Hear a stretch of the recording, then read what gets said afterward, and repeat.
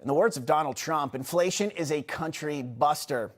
Let this go on long enough, and it's a domino effect. It's crippling. Everyone is affected. I bet you each and every American has had to make a difficult financial decision or sacrifice at this point because of Biden's outrageous spending and energy policies that predictably ran up inflation. It impacts everyone, but the spending doesn't stop.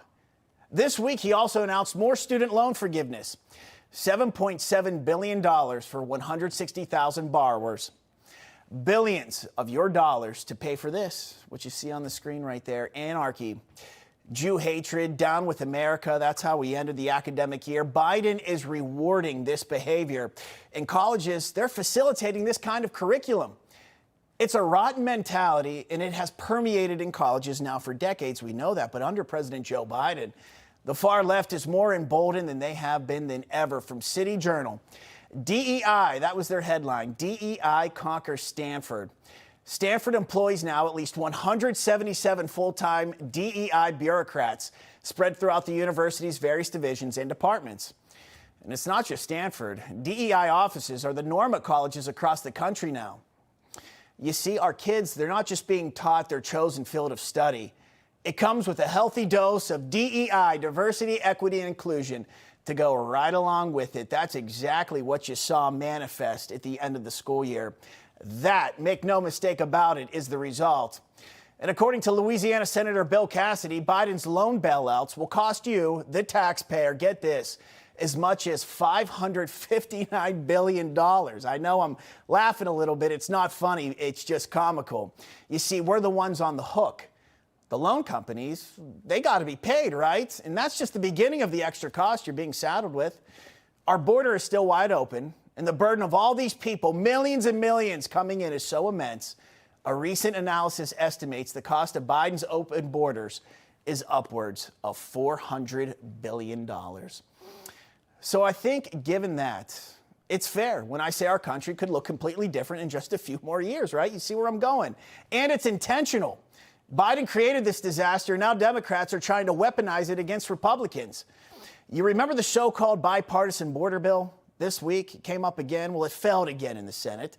It failed because it was nothing more than a stunt by Democrats to spin the narrative, blame Trump and Republicans for not fixing the border. But Biden doesn't need Congress to fix the border and immigration. He could do it himself with executive action. Now, I know this sounds like a talking point.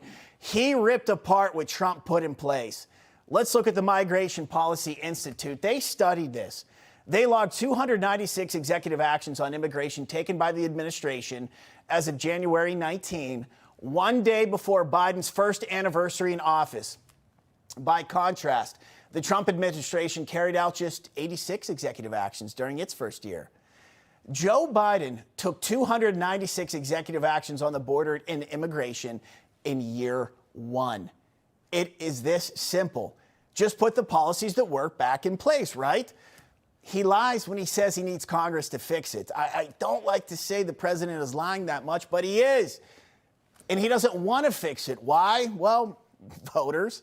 As it stands right now in Washington, D.C., non-citizens who show proof they've lived there for at least 30 days and they're over the age of 18, they can now vote in local elections.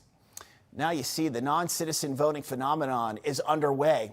And we're going to have more on that later coming up in the show. You don't even need to be an American to vote in American elections. Think about that. Our veterans sacrificed their lives for this right. It is so important, so sacred.